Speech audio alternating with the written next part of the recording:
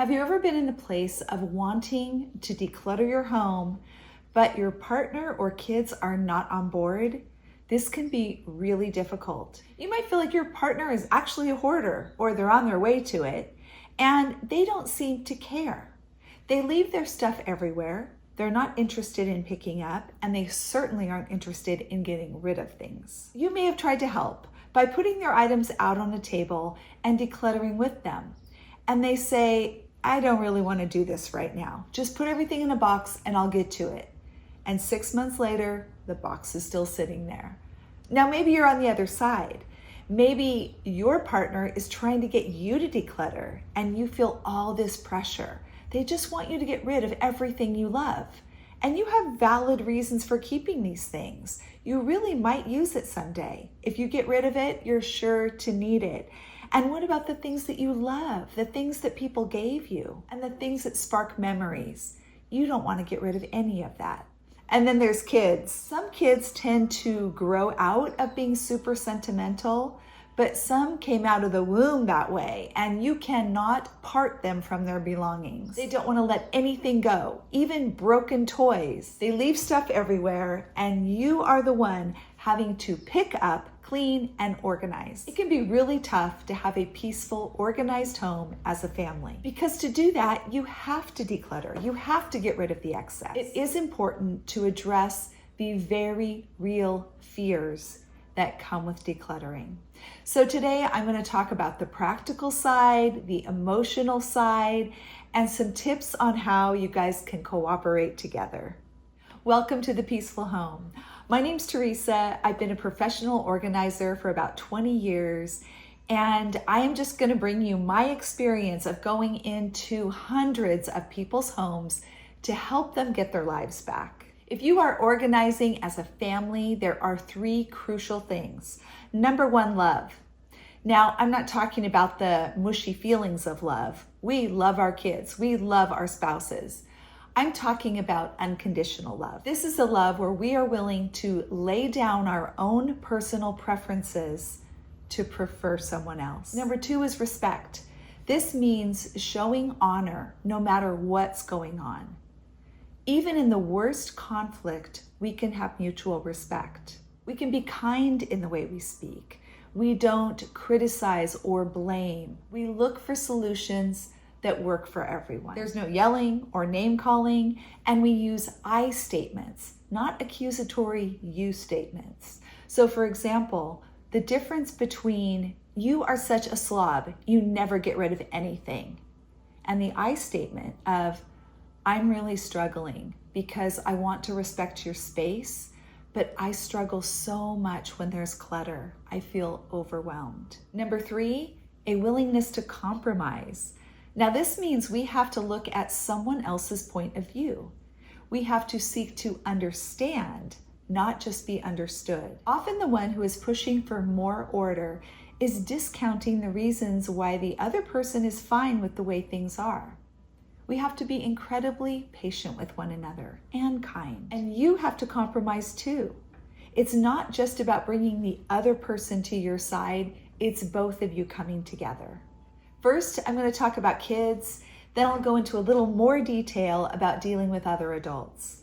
So first of all, with kids, they can be taught and trained to organize, to declutter, to do chores. I encourage you to take a look at my parenting playlist, at all of the videos in there, but especially the playlist on organizing with kids. Another helpful one is helping kids manage money. And you might not think that that has much to do with decluttering your stuff, but there are a lot of similarities, and overall, it's about parenting. It's about training your children. I'll link those below. So first, we recognize we can teach and train them. And number 2, we have to be consistent. This is incredibly important with children. They need to trust that we say what we mean and we mean what we say. Third, you need to lead by example. So I get it, this is hard. They have one room or half a room or one area that they're responsible for, and you have an entire house to manage. That doesn't feel fair. But at the same time, they are looking to you as an example. The Apostle Paul, who wrote the majority of the New Testament, said, "Follow me as I follow Christ." He was not a hypocrite. He was not saying, "I'll do whatever I want, but you should follow Christ." And often that's what we end up doing with our kids. We make up excuses for ourselves. Well, I have more responsibility. Well, you don't have to go to work every day. You just take care of your room. And we don't lead with integrity or example. Now, it is true that you have a lot more to manage, but I suggest starting with your bedroom. So each of you, you're going to help each other declutter in your bedrooms as your top priority, and then have some accountability with each other in keeping your rooms tidy. And then slowly you can work on other areas of the home. It is about progress, not perfection. But even with children, don't forget to lead with love and mutual respect. Now, the fourth thing with kids, this is a very common mistake that parents make, and that is behind closed doors, your room, that's your business. I don't care what it looks like, but don't leave your mess around here. That's just not good enough. Because first of all, you're not teaching them how to keep a tidy room. You're not teaching them how to continually declutter. And you're also allowing them to practice that bad behavior over and over. If a child's room is their main responsibility, then that's where you need to teach. And saying that they can just keep it any way they want is not going to help them in life. Decluttering and organizing skills are needed in so many areas, and certainly in the workplace, as well as in their future homes. Consider doing the decluttering challenge as a family. Set goals together and put rewards in place. Watch other decluttering videos on YouTube. Research together. You guys are on the same team. Okay, let's move on to adults. This could be roommates, partners, spouses, siblings, whoever you're living with. You've got to figure this out together. The first thing you need to do is map out responsibility zones. This means taking a look at the different areas of your home and who is responsible for what. You may have different rules in the common areas than you do in your individual areas. So in other words, let's say that your husband says, "I really prefer that the dishes are put away every night." And we have a schedule, and between us and the kids, that's taken care of every day. That's a common area. You guys have worked together. You've compromised. Maybe that's not your thing. You're like, the dishes are clean. I don't really care if they're put away. But you've done this to compromise and to honor your partner. Now, on the other hand, if you share a closet, you may come up with different rules. And that is, this is your side, this is my side. And each of us can keep our sides however we'd like. Now, that can really be difficult for the more organized partner, but it is essential that we release each other. We don't control each other. So yes, I can control my side, but I don't really have a right to tell you what to do on your side. You also could come up with a compromise there. I don't really care what it looks like as long as there's nothing on the floor. So if you want to bring in a chair and pile it this high with clothing, go for it. And again, as long as there's agreement and you guys are working together, give and take. It can work really well to have a family meeting and go through all the areas of your home. Zone them out. Are they common areas? Are they individual areas? And regardless, what are the rules for those spaces? Are there certain things that everyone can agree on? And what are the areas where you're releasing each other to your own preferences? Now, here's the tough one. What if you have a partner who does not want to compromise? They aren't interested at all in hearing your perspective, and they have no desire to change. Well, first of all, that's a really sad way to live. And hopefully you guys can get to a place of better emotional health, maybe some good communication. But a lot of times people that are stuck in fear like that, that's why they don't get help. They're afraid. What I found to be very helpful is to first ask for some time to chat about something that's bothering you.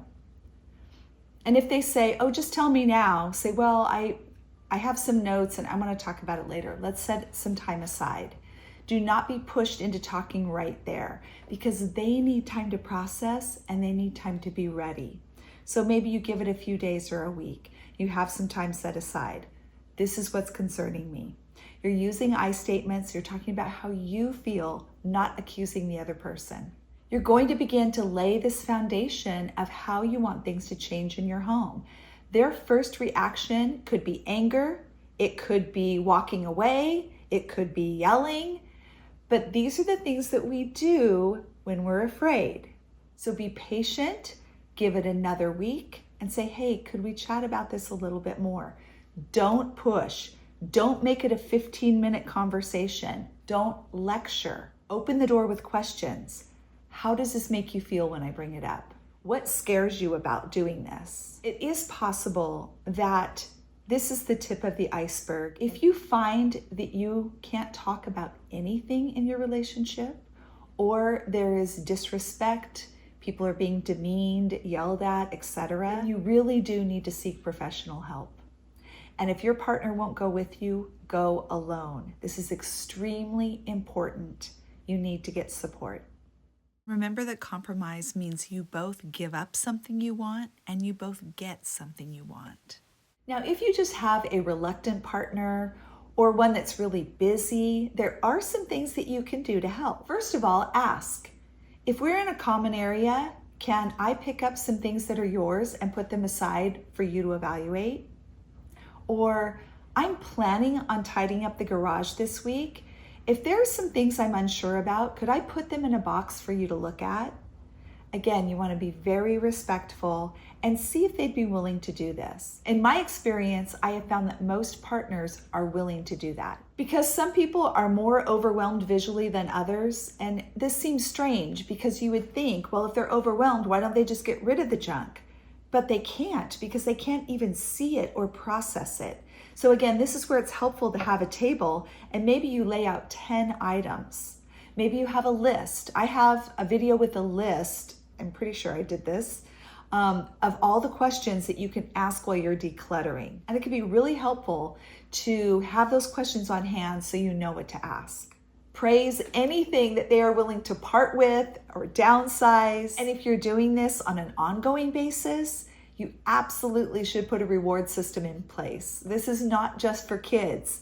Adults love to be rewarded for their hard work. If they're still feeling overwhelmed and they say, no, I want all this stuff, then ask them, okay, can I put it in a bin? I promise I will not get rid of anything without your permission, but I'm going to store it in the garage and everything will be there if you decide you want it. Promising to not get rid of things can really bring a lot of relief.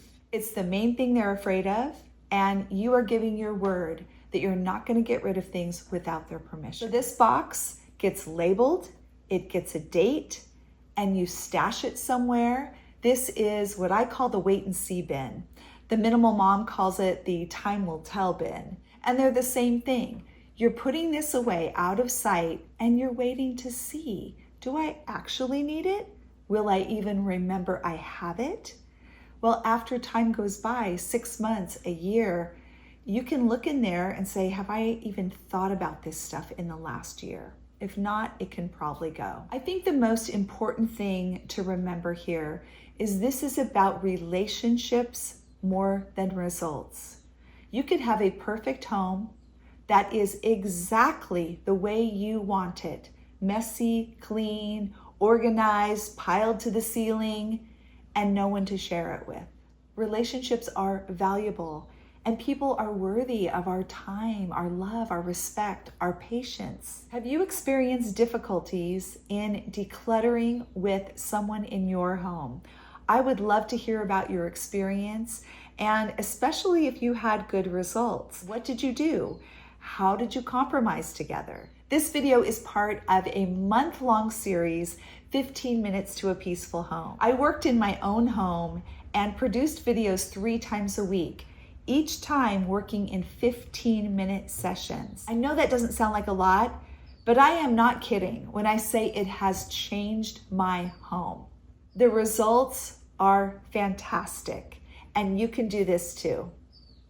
Thank you for joining me today on The Peaceful Home. It's truly an honor to have you here. I am so grateful for the support of this community, for all of your comments, questions, and encouragement. If you're feeling stuck today, set your timer. It's amazing what can happen in 15 minutes.